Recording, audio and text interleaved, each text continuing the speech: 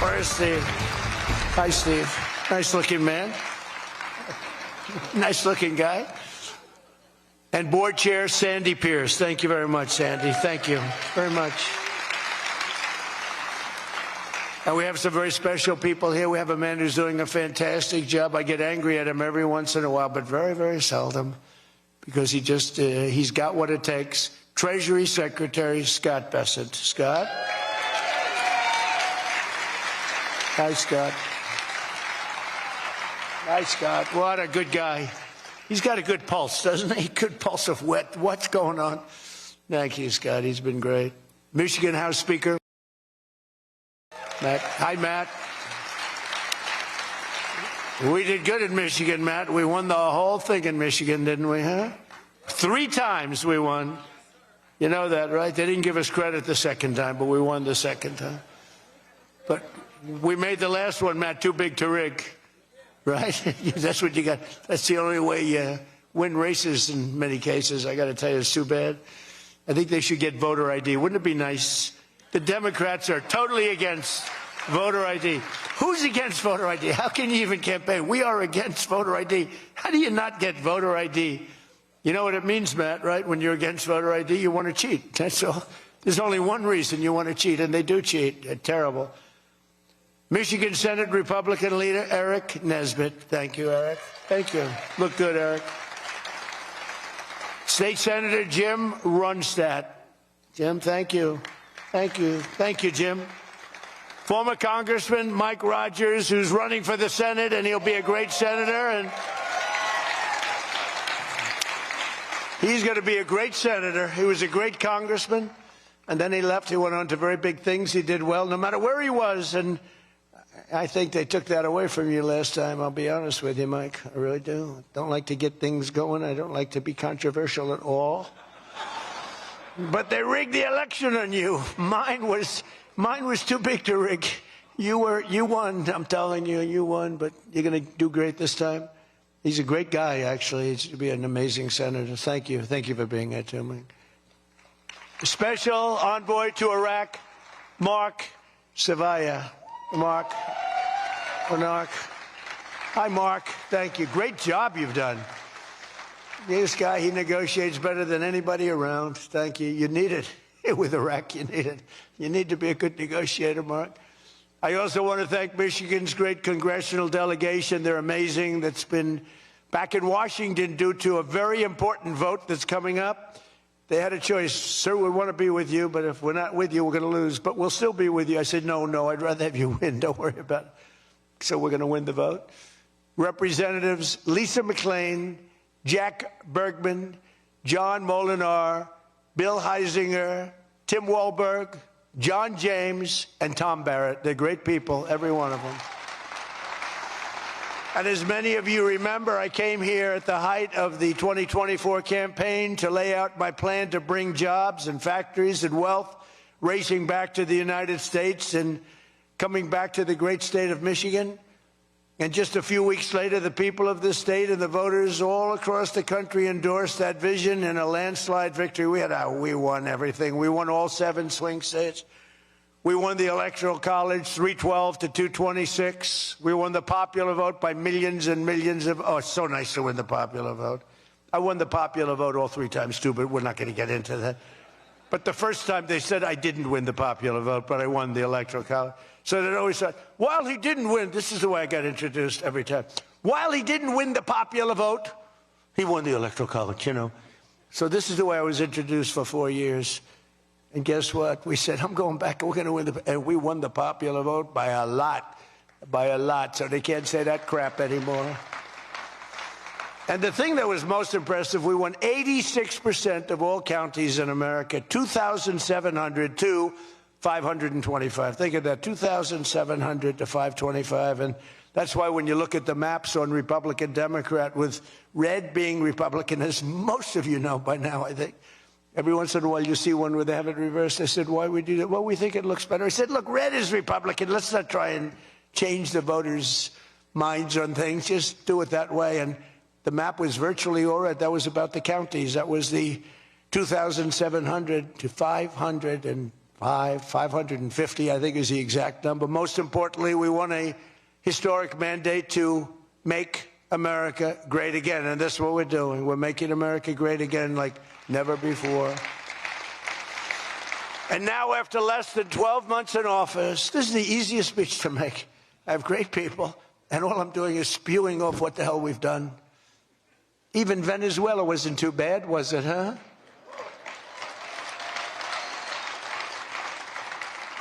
But you have people, Democrats, they say, I don't know if we should have done Venezuela, I don't know. Anybody that says that hates our country, okay? That was as flawless an attack as there has ever been. And they asked us to help them. They have 50 million barrels of oil. They said, take it. It's $5 billion. And we did. We're working with the Venezuelan people and representatives, and it's amazing. But that was an amazing situation. But we did al-Baghdadi, flawless. We did Soleimani, flawless. We did the Iran nuclear attack where we wiped out their nuclear capacity, which would have been very bad. You wouldn't have peace in the Middle East, flawless.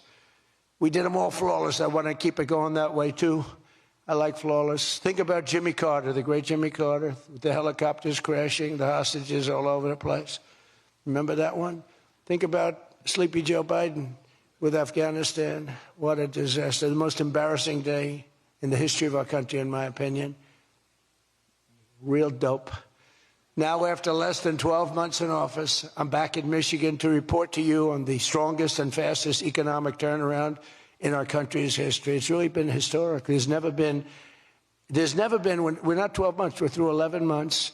We've got $18 trillion being invested in our country. The most of any country ever was 3. We're at 18. There's never been anything like this. You are so lucky I allow you into this room to even be with me. I'm kidding. I'm kidding. The fake news will say Donald Trump thinks he's hot stuff. Right now I'm feeling pretty good, though, I will say. Oh, you're so lucky to be here. Under our administration, growth is exploding, productivity is soaring, investment is booming, incomes are rising, inflation is defeated, America is respected again like never before, and other than that, we're not doing that well. Now, think of all those things I just said. Every single, inflation down, growth at an all-time high, stock market every day, 48 days in a row, 48 days during the course of 11 months, we hit a new high on the stock market, all of them. 1 year ago, we were a dead country. Now we are the hottest country anywhere in the world. That was said to me by many leaders. By almost every metric, we have quickly gone from the worst numbers on record to the best and strongest numbers, the most dynamic numbers, and an economy that is far ahead of even my optimistic. I had a very optimistic schedule, I thought. I didn't think it was, but people said it was very optimistic. Turns out to be very pessimistic by compared to what we've done. But we'll go down as the greatest in history, greatest first year in history nobody's ever had, just based on the numbers, based only on the numbers, not based on me, based only on the numbers, because, you know, you get these guys like the governor of California likes to say how well he's doing. California's doing horrendously, but he says how well. We base it on numbers. There's never been numbers like this. Through 4 long years before I took office, crooked Joe Biden and his allies in Congress inflicted the economic nightmare known as stagflation. How many times have you heard the word? We hit it with Joe. We hit everything. What a disaster. Meaning low growth and high inflation. How does that work? Not good. So you have lousy growth and high inflation. In fact, it's the lowest growth ever and the worst inflation in the history of our country. That is really tantamount to not having a good 4 years, right? In other words, Sleepy Joe and the people that ran the auto pen were a complete and total disaster for our nation. They were a disaster for our nation. Had they won the election less than 1 year ago, we would have been, as I've often said, Venezuela on steroids. Now I'm Venezuela's biggest fan. We're working with them, but they came down from a very high number to a disaster, you know, a disaster. And we would have been Venezuela on steroids, and we're bringing Venezuela back, and we're going to be great for Venezuela, great for our country. We're taking in, as I said, millions and millions of barrels of oil, And now they're coming in initially on a daily basis, 50 million, and values of over $5 billion. That's in one day. Just think of it. The biggest ships in the world can take 1 million barrels. The biggest ships in the world take 1 million. We have 50 million barrels. We need 50 of the biggest ships in the world just to get it out. We're bringing it in to be refined. It's an incredible feeling. It's great. Winning is a good thing. We're going to work with Venezuela. We'll make that country very strong again. We'll get oil prices down even further. We have it down at about a 6-year low, 7-year low, but we're going to get it down further. Joe Biden gave us a colossal stagflation catastrophe, but my administration's rapidly and very decisively ended that. We have quickly achieved the exact opposite of stagflation, almost no inflation and super high growth. So we have the highest growth we've ever had. Think of that. The highest growth we've ever had, and we've only been there 11 months. Think of what we can do for the rest of it. But do we have wood around here? I want to knock on a little wood. They have one little, everything's plastic nowadays. It's very tough. Now we have the greatest growth, and we have, inflation way, way down. But we inherited terrible growth, and we inherited the worst inflation in the history of our country.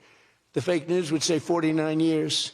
So when I say the history, they give me a lot of time, but I believe it's the history. But let's say 49 years. Would you say 49 years is okay, right? It was pretty bad. What do you think, Mr. Senator, Mr. Future Senator? I'd say 49. What sounds worse, 49 years or history? I think 49 years almost sounds worse. Maybe I'll just use it and I won't argue with these people. As of this morning, core inflation for the past 3 months has been just 1.6%. The numbers were just announced just before I came on stage. And GDP is smashing expectations with the fastest growth for this country in many years. The fourth quarter is projected at 5.4%, and that's despite the Democrat shutdown where we lost at least 1.5 points. The Democrat shutdown, we would have had close to 7. Think of that, close to 7. They were projecting to. The fakers were projecting to. And if we keep deregulating and adding more capacity, like I saw today at Ford, and if we don't raise interest rates every time good news is mentioned. In the old days, I'm probably old. I used to be up at these lecterns and I'd say, I'm younger than pretty much everybody in the room. Now I say I'm older than pretty much everybody in the room. I like it the other way better, actually. But you're too young. But in the old days, when you had good numbers, interest rates would go down. When you had good numbers, the market would go through the roof. That's the way we're going to make it again. That's the old-fashioned way. That's the right way. Today, if you announce great numbers, they raise interest rates to try and kill it. So you can never really have the kind of rally you should have. What happens and what we want, we're going to have a lot of great months, a lot of great quarters. I want the market to go up. You announce unbelievable numbers and the market goes down because they know you're going to do everything possible. In the Fed, we have a real stiff in the Fed, but that's for another day. But they raise rates. So everyone says, oh, they announced great numbers. It's great, great, great. And the market goes down because they immediately raise rates. No, when the market goes up, they should lower rates. You want to see 20% and 25%? You want to see what we can do? We've got to go back to an old standard. When there's good news, the market should go up, not go down. Does that make sense to everybody? And that's the way it used to be for most of the time. That's the way you make a country great. But our growth potential is unlimited and could be much higher if we went back to sanity. We're not doing it anymore. We're talking about the head of the Fed, and I want somebody that when the market is doing great, interest rates can go down because our country becomes stronger. See, you view it differently. Our country becomes stronger, and therefore interest rates should go down, not up. They kill every rally. If it's no matter who, if it's beyond me as president, it's no matter who's president. You have a good quarter, and they want to kill it because they're so petrified of inflation. And growth and inflation don't necessarily go hand in hand. You can have growth and very low inflation. In fact, oftentimes growth is good for low inflation. So we're going to work on that, Scott, right? I think we're going to work on that very hard. I mean it so strongly. It's sickening. We announce good numbers, and we see the stock market drops 300 points. I say, what the hell is going on? Do you agree with me? It should be just the opposite. All right, Scott agrees, so I'm very happy about this. That means if he didn't agree, I wouldn't do it. But we're already growing double, triple, and even quadruple the speed of almost every other major economy on earth. We're the #1 economy on earth, too. And the results are in, and the Trump economic boom is officially begun. It's really begun almost from the beginning. Almost begun, if you look at it, really from November 5th. You know, on another metric, just before the election, it was almost impossible to get people to join the military. We had the worst enlistment in the history of our country, the worst. You couldn't get people for the Army, the Navy, the Air Force, the Marines, Space Force, the Coast Guard. You couldn't get people. And since right after the election, but especially since after January 20th, when we took office, we have now the strongest enlistment we've ever had in the history of our country. We've never enlisted people so quickly, so easily. And we enlist by merit now. You know, we won a Supreme Court case that said you hire by merit. You go to college now by merit. Everything's by merit. Our country became great because of merit. And we have done some job.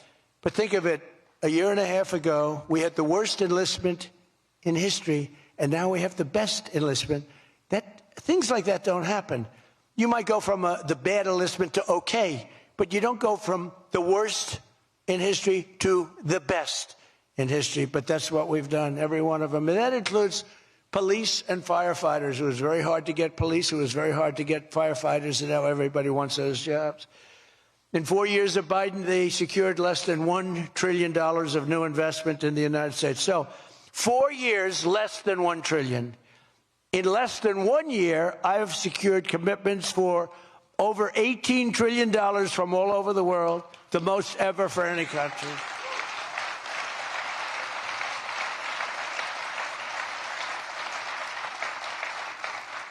Think of that, though. They did, and I'll tell you what, had she won, it would be a disaster, because you would have people leave. You would have not had $1 trillion. You would have had $5 trillion, $10 trillion leaving the country, and your welfare would have doubled. When you look at what's going on in Minnesota, is that a disgrace? Is that a disgrace? But we'll talk about that. Under Biden, we had the highest trade deficit ever recorded, losing more than $1 trillion every single year. How about that? It was killing Michigan, and everywhere else in our country was being absolutely destroyed. But in a matter of months, largely because of tariff income and the election result, we've slashed that gaping trade deficit by, in a short period of time, 62, it just came out, 62%. People are stunned. The fake news back there, look at those cameras rocking and rolling. No, the fake news back there is, they're very upset about it, actually, but they're stunned. They can't believe it. We cut our trade deficit in actually 10 months was when the number came out. We cut it by 62%. It's going to go better than that now. The stock market is now the highest in history since the election. We've set all of those records, and I think an all-time record that's so important to me because so many people have them is boosting 401ks and retirement accounts for millions and millions of Americans, people that are in the police departments, the fire departments, people that are construction workers. A policeman came up to me recently, a nice guy guarding me. He's a perfect guy to guard me. He was a massive guy, big, strong guy. He said, "Sir, you made me look so good in front of my wife. My wife thought I was a horrible investor because every time I invested, we lost money. And we have a 401k, and I'm up like 85%. She thinks I'm Warren Buffett. She thinks I'm brilliant. She's now calling me brilliant. It makes my life much easier. I love my wife much more now. She calls me brilliant every time. I said, don't worry, you're going to do even better for the next 3 years. But one of the biggest reasons for this unbelievable success has been our historic use of tariffs. There was the tariff that made America strong and powerful in past generations, and then we got off it and we went to the income tax system. Great going, fellas. You know, we were the strongest in 1887, relatively speaking. That was around the McKinley time, and Teddy Roosevelt and some others, but we were really strong. It was all tariffs. And I know what happened. Some of these countries got together and they say, hey, convince the United States that it's no good, the tariff system is unfair to us. And so some genius, I know who, I don't want to get into it, but some genius said, oh, let's go to an income tax system. So instead of foreign companies and countries paying everything, the people started paying. And then after that, you had a depression, but that was a long time. That was in like 1913, you had the tariff switched into income tax. And then and they like to blame tariffs. You ever notice they blame tariffs? No, they brought tariffs back in 1932. They brought them back to try and save the sucker. But it was in 1929, because a lot of people, you know, the anti-tariff people. Now, an anti-tariff person is a pro-Chinese person, like Koch. This guy's fought me in every election I've ever been in, and I've kicked his ass. He inherited a lot of money, and I don't know the gentleman. But he fights me, and then he goes out and says, I made more money with Trump than I ever made in my life. And then he supports these other people that were total losers, gives them a lot of money. But he made more money. Everybody makes money with me. I always made money for people. Now it's tariffs that are making money for Michigan, and the entire country is stronger and safer and richer than ever before outside of that period of time. Now, if they had what was called the Great Tariff Act of 1887 or something like that, and it was a great group of people like yourselves, they picked really smart people to sit on a committee. They had so much money they didn't know what to do with it, and they wanted to have the money given away. You know, we built the Panama Canal out of tariffs. We did a lot of things. Panama Canal was the single biggest investment, relatively speaking, that this country's ever made. Would be the equivalent of trillions of dollars today. And Jimmy Carter gave it away for $1. It was also the most profitable thing ever built. Thing. In other words, like buildings or casinos or anything, the most profitable thing ever built was the Panama Canal. And brilliantly, Jimmy Carter thought the country of Panama should have it, even though we lost 36,000 people to the mosquito. You know that, right? To the mosquito and a certain snake, which was not a very nice reptile. This was a brutal reptile. You got bit, it was over. It was just say, bye-bye, everybody. We lost 36,000 people. Malaria, the mosquito, and the snake. And he gave it away for $1. Well, at least we got $1. That's better than most of those guys do. We got $1 for that. Most expensive thing ever built, most profitable thing ever built, too. Makes so much money. Every prediction the critics made about our tariff policy has failed to materialize. The evidence shows overwhelmingly that the tariffs are not paid by American consumers, that they're paid by foreign nations and middlemen. And Scott went over that with us before, and they're paid by middlemen. They raise the thing. Countries get involved. They pay them because otherwise they won't have companies. They won't be viable. And we're the big beneficiary. Once again, the so-called experts were 100% wrong, and Trump was right. People of Michigan were 100% right. You elected the right guy. If you had the other person, everybody, we wouldn't even be having a meeting today, probably. There'd be no meeting. The Economic Club would be saying, like, man, we're doing bad. It's going to be awfully tough to get people to show up. This is going to be tough, the chairman. This is going to not be a good day for us. We don't want to have, let's cancel the meeting immediately.